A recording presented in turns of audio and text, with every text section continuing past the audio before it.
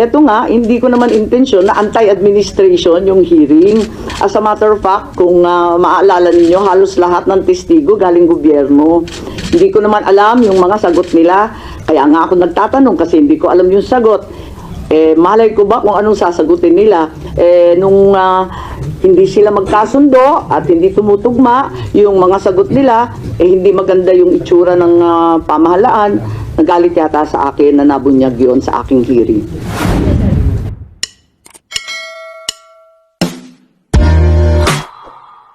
Paulit-ulit sinasabi ni Secretary Boying Remulla na may konteksto ang lahat. At sa palagay ko maliwanag na may konteksto na talagang sumasabay sa alitan at pagwawalang tiwala ng dalawang panig. Itong mga pagbabago sa legal processes and our international stand, nagbago rin talaga. Now that you finished or that you have a preliminary report, ano po yung nakikita yung legislation or are you planning the resolution for the Senate of 87? Ano po yung dulo nitong investigation? Well, ang dulo nito, maliwanagan tayo dito sa ICC.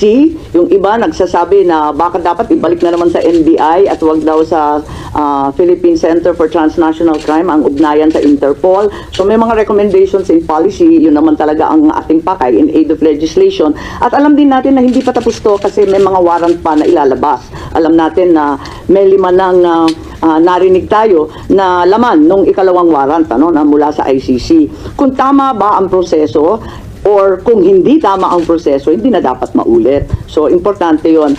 At syempre, yung mga OFW natin na nasa ibang bansa, nanganganib talaga at natatakot kung dito mismo sa sariling bansa, natatangay ang isang dating Pangulo na may edad na at may sakit. Paano pa raw sila? Kaya nais nilang malaman kung ganun na pinaglalaban natin yung mga na peperwisyo, na kukonvict pa sa ibang bansa, pinaglalaban natin na makauwi, paano ba ang sitwasyon ni Presidente? Ngayon, isa pa, medyo marami pong galit at nananawagan sa akin at tinetext ako, sinong mananagot dito sa nangyari? Kasi hindi naman po pwede na nakalusot ng basta. Ma'am, ito bang initial findings na naging basis para tumalas na kayo sa alyansa o dahil sa nakalipas sa dalawang political rally ng alyansa ay hindi na kayo mention ng Pangulo habang bumatok? Kasi sinabi ko naman na talagang sa patuloy nilang pagbabanggit ng executive privilege, sub judice, ng national security, talagang parang mistulang nagtatago ang ating gobyerno ng mahalagang katotohanan at hindi ko talaga matanggap kaya't kinakailangan malaman natin at hayaan na lamang ako na malaya na magsiyasat para malaman ng taong bayan ano nga talaga ang mga pangyayari kung may nalabag na batas at kung ano ang pagbabago or bagong legislasyon na kinakailangan. At tulad ng sinabi ko naman mula pa nung umpisa ng halalan, mananatili akong independent. Dahil higit sa anumang politikal na pakinabang, dapat manaig ang soberanya ng bansa at ang tunay na katarungan para sa bawat Pilipino. So, wala kayong pag-uusap pa rin ni Pangulong Bongbong Marcos ninyo? Oo, wala. Matagal na yun. Oo. So, sa tingin yung minasama ng Pangulo yung pagkandak niyo pa ng hearing sa policy ng mga bagay? Parang ganun ang lumalabas na hindi ko naman maintindihan pagkat para sa akin masyadong naging emosyonal, galit at taranta ang taong bayan at nakita naman natin naglabasan sa kalsada, nag-iiyakan, nagpo-protesta. Kaya imbis na lumala pa itong sitwasyon na to, minarapat ko na alamin kung ano talaga ang nangyayari para kumalma tayong lahat at ma-analisa kung ano talaga ang nangyari. Kaya lang, eto nga, hindi ko naman intensyon na anti-administration yung hearing. As a matter of fact, kung maaalala ninyo, halos lahat ng testigo galing gobyerno. Hindi ko naman alam yung mga sagot nila. Kaya nga ako nagtatanong kasi hindi ko alam yung sagot. Malay ko ba kung anong sasagutin nila? Nung hindi sila magkasundo at hindi tumutugma yung mga sagot nila, hindi maganda yung itsura ng pamahalaan. Nagalit yata sa akin na nabunyag yun sa aking hearing. Po. Hindi, matagal na kami hindi masyado nag-uusap, maraming humaharang, matagal na, oo. Nakikita ko lang pag public events, oo. At saka mabilis lang yon, maraming tao, ganun. So, ano sabi niyo, kasi sabi niyo, kaya kayo tanggap ng hearing kasi nga lumalalim yung divisiveness sa Yes. bansa. Pero doon sa naging result ng inyong hearing, so mas lumalim pa instead na ma-address. Lumalim ang emosyon in the sense na nakita nila na maraming pagkakamali, at least yung tatlo na binanggit ko, na paulit-ulit na rin lumalabas sa social media. Kung tutugusin, very contrapuntal na siya, very anticlimactic na siya, kasi paulit-ulit na yung lumalabas pati sa mainstream. Lumalalim ang ating kaalaman at mas lalo tayong nagagalit kasi labis-labis na ang dagok sa ating soberanya. At nababalitaan natin, labas-masok ang Amerika. Kahit hindi EDCA sites, ang katutak pa daw na Typhoon missiles ang pinapasok. Labas-masok din ang China sa ating karagatan at sa West Philippine Sea. Ngayon, dinadampot na lamang ang mamayang Pilipino at dinadala sa The Hague. May natitira pa ba sa bansang Pilipinas? Nakakaawa naman tayo kung ganyan. So, kung lumala, sa palagay ko, lumalim ang pag-uunawa ng taong bayan. I think yun ang kontribusyon.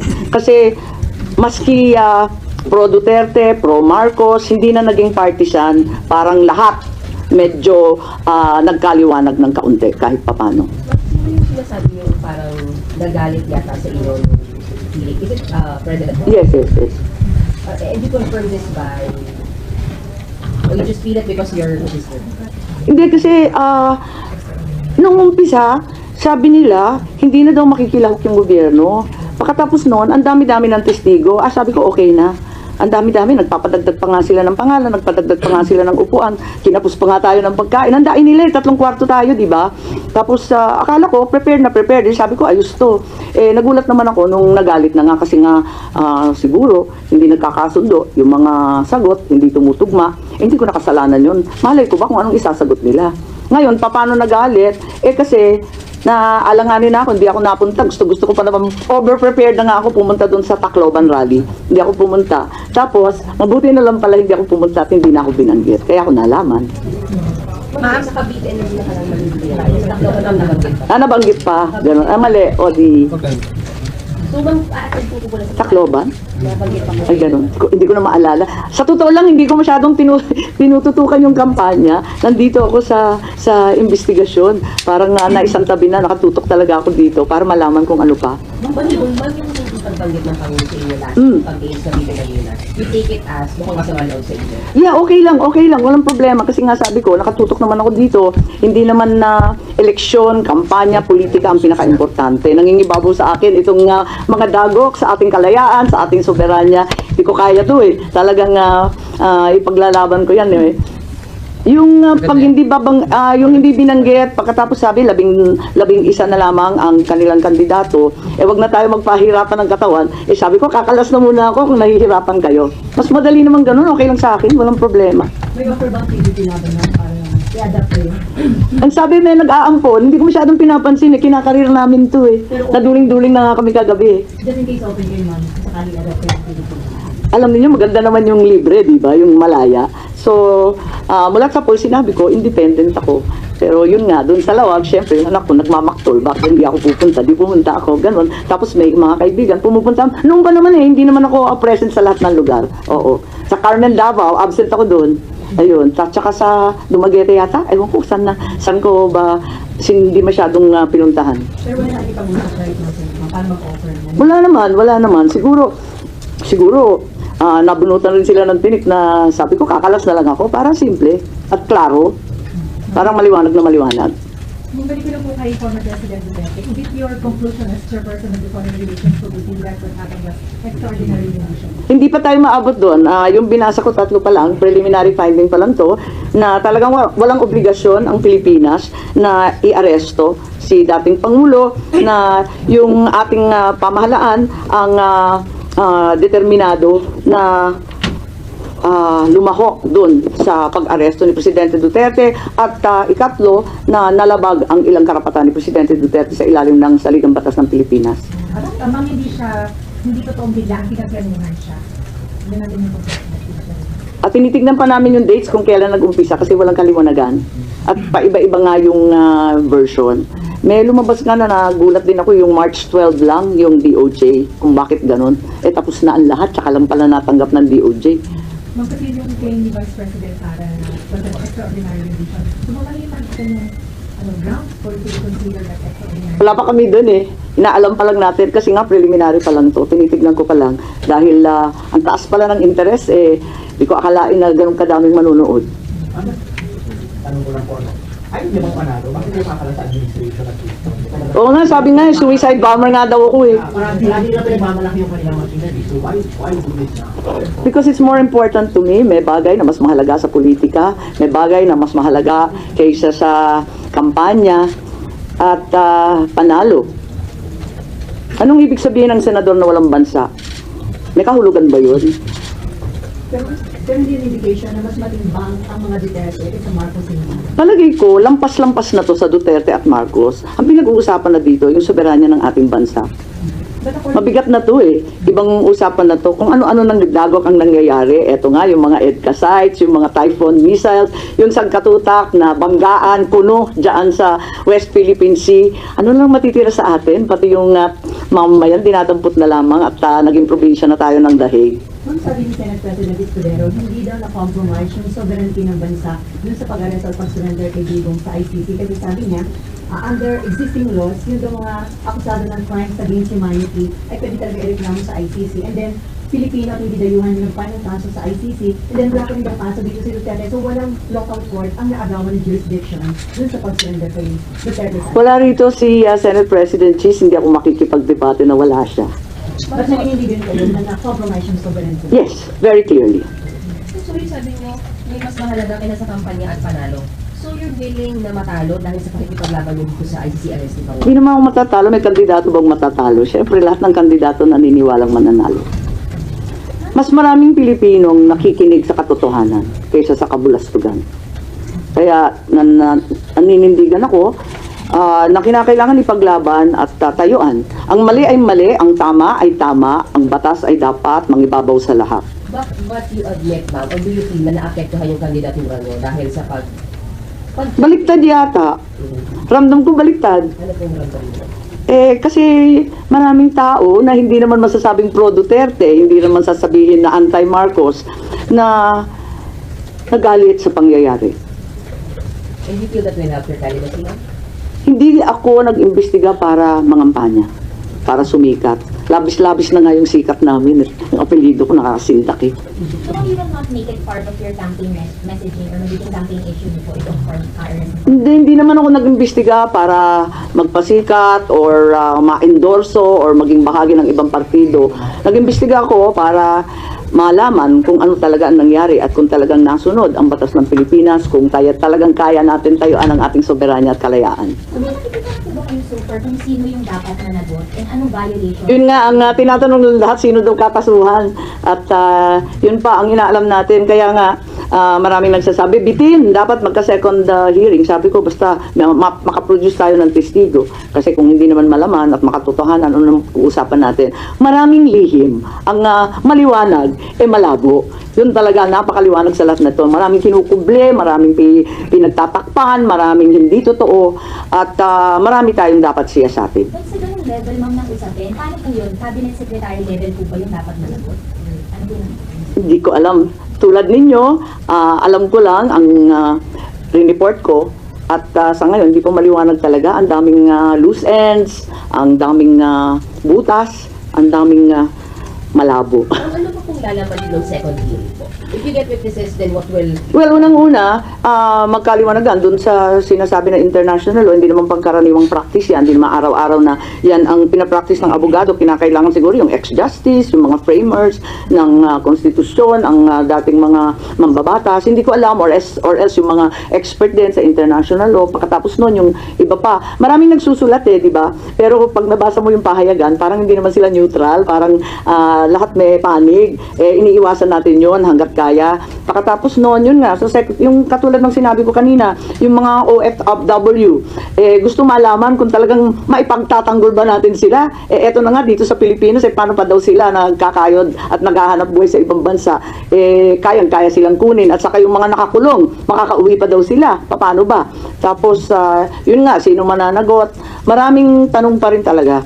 Nung na-elect si Bongbong as president, sabi niyo, ito yung chance to redeem yung pangalan ng mga Marcos, considering dito sa issue sa pagka-arrest ko kay dating Pangulo.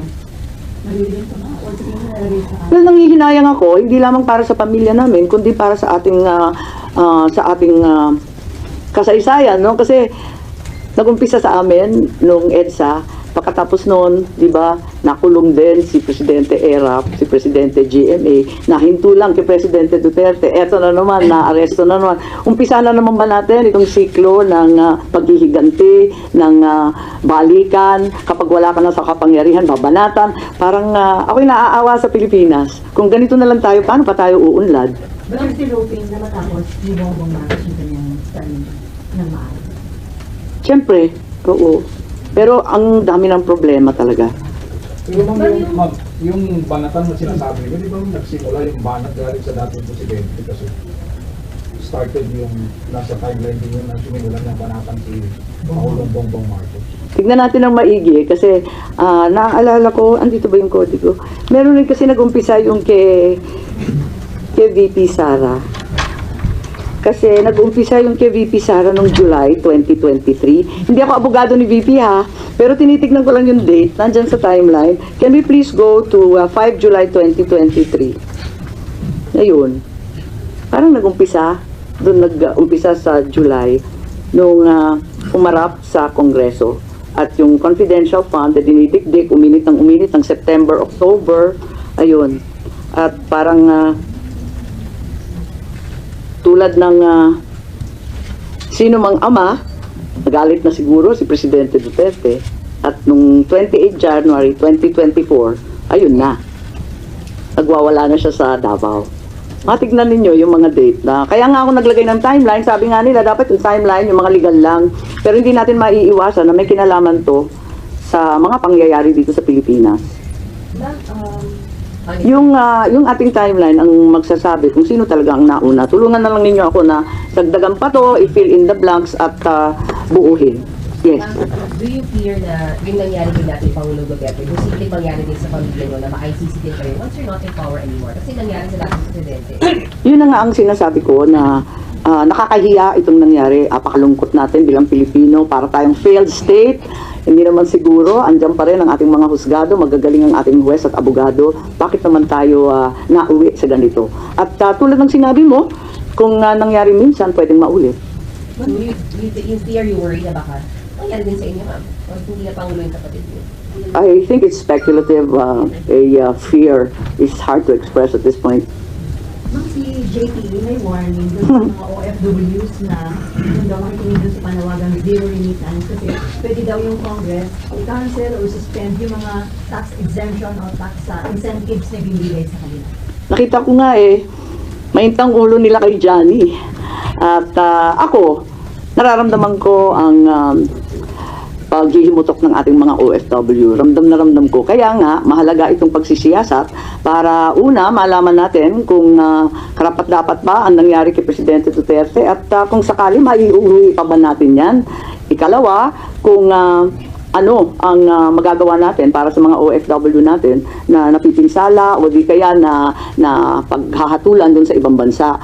Pero yung paghihiganti na babanatan mo rin ng tax, ng yung mga travel tax na sinasabi at yung iba pang benepisyo, wag naman, wala namang ganunan, pambihira naman. Sila na nga nagbubuhay ng ekonomiya natin, sila pa ang uupakan natin, hindi man yata tama yun. But you're hoping na sana huwag nilang gawin yun kasi ang naapektuhan, hindi lang yung family nila, kundi economy natin. Well, naintindihan ko sila to what extent na talagang gagawin nila, hindi ko alam. Pero malaking tulong sila sa ating ekonomiya. Sila talaga nagpapalutang na napakaraming pamilya rito, lalong-lalo na sa Ilocos. Kaya alam na alam ko yan. So against kayo dun sa possibility na i-suspend yung mga incentives nila? Wag naman. Walang ganyanan. Oo. Baka may ulo. Ma'am, sabi po ninyo meron pa pong next hearing malamang. Hindi ko pa sure kasi nga nagbubog nga kami ng testigo. Kung sakali, agad-agad sasabihan ko kayo. Pero ma'am, kung magkaroon, do you expect na mag-cooperate or may mahuhugot pa kayo from the executive side particularly? Hindi ko nga alam kasi marami nga nagsasabi, nagalit, bakit nagkaganon. Abay, hindi ko naman sinasadya, hindi naman anti-administration Inimbita ko nga, puro gobyerno Halos wala ng testigo yung kabila. Kung hindi pa nag-video call si VP Sara, wala na yung kabila, sa totoo lang. Kaya't yun nga, sana lumahok pa rin sila, sana bigyan pa tayo ng linaw at maisaayos natin ang mga datos at yung mga pangyayari. may binanggit kayo nun na 5 forthcoming warrant. Oo, ang balita, di ba, yung haka-haka, yung mga kapulisan to, si Senator Bato, Albayalde, di ba, yung, ano yun, Leonardo Danao, sino isa? Kalimutan ko. Ano ba yan? Hindi, 5 yun. Ako, Leonardo Mata Danao. O, tama, 5. Including Bato. And then Bato, oo. Ang alam ko, 5. 5 nandun sa warrant. Pero chismis lang yun, hindi pa lumalabas. So, Kaya hindi ako mag-group effort base sa chismis. so you're hoping then na huwag silang magkakagaya ng nangyari kay former President? Isa pa yon, yun nga ang isang dahilan na si Senator Bato nagpaabot na gusto rin niyang lumahok sa hearing at kung sakali may second hearing. Sabi ko hindi pa sure. At abala ang lahat kung ito ang nangyari sa dating Pangulo, anong mangyayari sa mga kapulisan at sa pangkaraniwang tao kung madali sila ng iba't iba pang warrant. Kasi alam natin na hindi naman ito nag-iisa kundi tuloy-tuloy. How do you agree with opinions, for example, ni Senator Bongo na medyo late na yung hearing kasi nandun na si former President sa Netherlands, too late na hearing? Well, sinagot ko na rin yan. Naintindihan ko naman si Senator Bongo, malapit na malapit siya sa ating Pangulo at matindi ang kanyang dinadamdam. Ano? Pero para sa akin, sa hinaba ng panahon na nawala yung tatay ko sa ating bayan, nakikita ko na kailangan magsusuko. Dapat ipaglaban pa rin kahit ilang taon yan. Hindi namin nauwi yung tatay kong buhay. Sana ito naman matagumpay tayo maiuwi si Presidente Duterte. Isa sa mga nakikita niyo pwedeng maging result ng hearing or goal niya is para maipauwi si former President. Well, para sa akin, at narinig ko si Presidente Duterte, tulad ng ama ko pareho nilang sinasabi, haharap ako sa anumang kaso at paglilitis sa Pilipinas. Pero kapag sa ibang bansa, hindi ko kakayanin yon. Kasi syempre, yung tatay ko, di ba, dinala rin sa US. Ayun. Sabi niya, ayoko.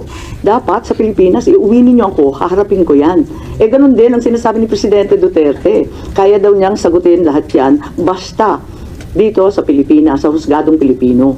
Sasagutin daw niya at papayag siya malitis. Pero ano po yung nakikita niyong way na magagawa po ng Senate Committee on Foreign Relations or ng Senado para mangyari yun, yung makauwi siya?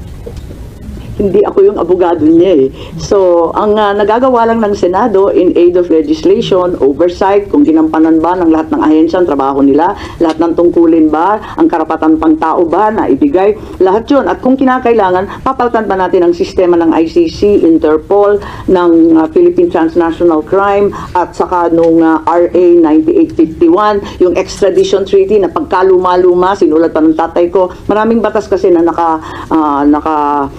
palibot dyan Nung bukas na yung 80th birthday ni PRRD, do you have any message to that?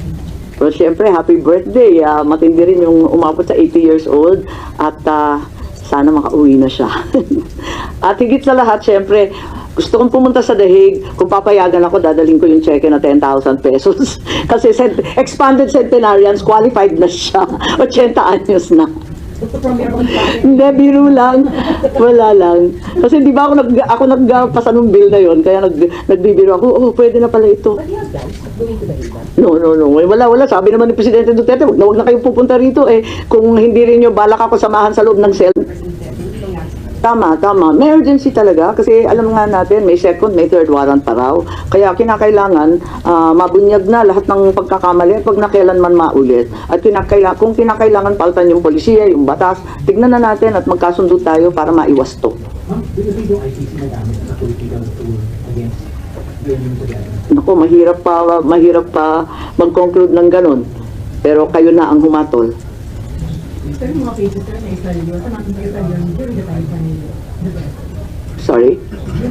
Yung mga sinauna, yung timeline nga, ang aga nag-umpisa, di ba? 2017, 2018, kulang pa nga yan. Sinabahaba niyan Kulang pa nga Nag-umpisa tayo 2019 na, withdrawal from the ICC. Actually, mas maaga pa yan Kasi, di ba, nag-umpisa sa preliminary investigations at yung pagbabala nila, napupunta sila rito. No, may chance pa ba na magka-ayos kayo ng kanila? Lagi naman akong nandito, lagi naman akong manang, hindi naman ako nagbabago kailanman. At mula pa nung bata kami, parati naman siyang pinagbibili ng tatay ko na alalayan. Ang problema, hindi ko na magampanan. At maraming humaharang, hindi nakikinig, hindi ko alam. But you're saddened. Of course, it's not the ideal situation at all. Ang tanongin ko lang, bali ang stand nyo is independent na kayo, hindi naman kayo opposition. Hindi naman siguro. Independent lang, mahirap pumanig nung umpisa pa lamang ng eleksyon, no, nung October pa lang, sinabi ko na maging independent ako. May partido ako kasi NP ako, pero ayokong pumanig sa isang grupo laban sa kabilang grupo. May masamang pakiramdam ako siguro nung October pa na mauuwi ito sa Bardagulan. Hindi ko maalam na mauuwi sa ano bang tawag dyan, sa pagtangay ng isang dating Pangulo sa ibang bansa. Mas malala ang nangyari kaysa sa inaakala ko. Kung yung direction ng bansa under the leadership of your brother? Kinakabahan ako kasi ang tao hirap, ang tataas ng presyo, hindi natin natututukan at imbes na yung problema ng mamamayan ang pinag-aabalahan, nauuwi tayo sa sobrang daming politika yata. Ba't ba tayo nagkaganito? Kasi dinami-dami ng issues, ng gasolina, dami-daming problema, bakit tayo napunta sa toxic politics ulit? Ma'am, kinakabahan kayo in what way na napupunta sa ibang direksyon, maling direksyon? Hindi pa natag ang kalooban ng taong bayan. Maliwanag yun. Maraming hindi... Kalalabas lang ng World Happiness Index, di ba? Andun sa World Happiness Index, di ba? Na dapat happy yung tao, kayang kumain, lahat ng basic services na ibibigay, walang korupsyon, at naniniwala sila sa mga kapwa nila, naninindigan sila para sa kanilang gobyerno. Marami doon kulang sa atin.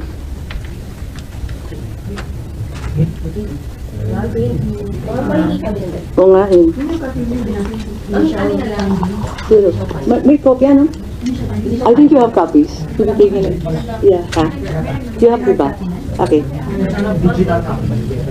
I think you have a link. Oo, ibigay na lang yung link. Ay, ma'am, sorry na isa. Sorry, ma'am. Ma'am, yung saan lang, pagdalas din sa alyansa, hindi ba mas lalong maiinis si Pangulo kasi syempre, admin slave yun siya bumuulo. Kasi kapatid niya kumalas. Okay lang, kasi palagay ko, sila rin nahihirapan. Pag hindi ako sisipot, tapos na-announce na nila na 11 lang, tapos hindi na binabanggit yung pangalan ko, para wag nang nag-aalanganin. Mas klaro, di ba? Alam mo naman ako, in your face. Hindi ko nga alam kung paano ako naging politiko, masyado akong prangka. Okay kayo kung ipalitin niyo si Kiko Pangilinan sa alyansa? May mga ganun din sila ba? Oo nga, nakita ko nga, pero ang alam ko, yung alam din ninyo, yung nabasa ninyo, yun din lang ang nabasa ko, yung Kiko Bomb, pinagpalit sa amin ni Camille. Yun ang nabasa ko, hindi ko alam kung totoo o hindi, pero maraming haka-haka. Baka yun naman, Kung meron na kayong napag-usapan ni Hong Camille na baka gusto Wala. Actually, I saw her dad yesterday. Wala namang binanggit. Tinatanong ko, may direktiba ba ang NP? Sabi nila, wala. Yung NP kasi, chill kasi na yun na partido. Hindi masyadong nakikialam. So, hindi pa kami nag-uusap ni Camille. Pero ang sabi sa dyaryo, sumipot daw si Camille doon sa meeting ng 24 ba yun? Oo, di ba? Sabi doon sa interview na pumunta daw si Camille. Wala kayong communication with the government? Pero tinatanong ko kung may direktiba, hindi, sabi niya, yung paniniwala mo, yung paninindigan mo, ganun naman kasi sa NP. Kasi iba-iba din yung mga lokal, marami kaming lokal marami kaming congressman, mayor, governor. Iba-iba naman yung kanilang stand, kaya hindi masyadong pinapakialaman.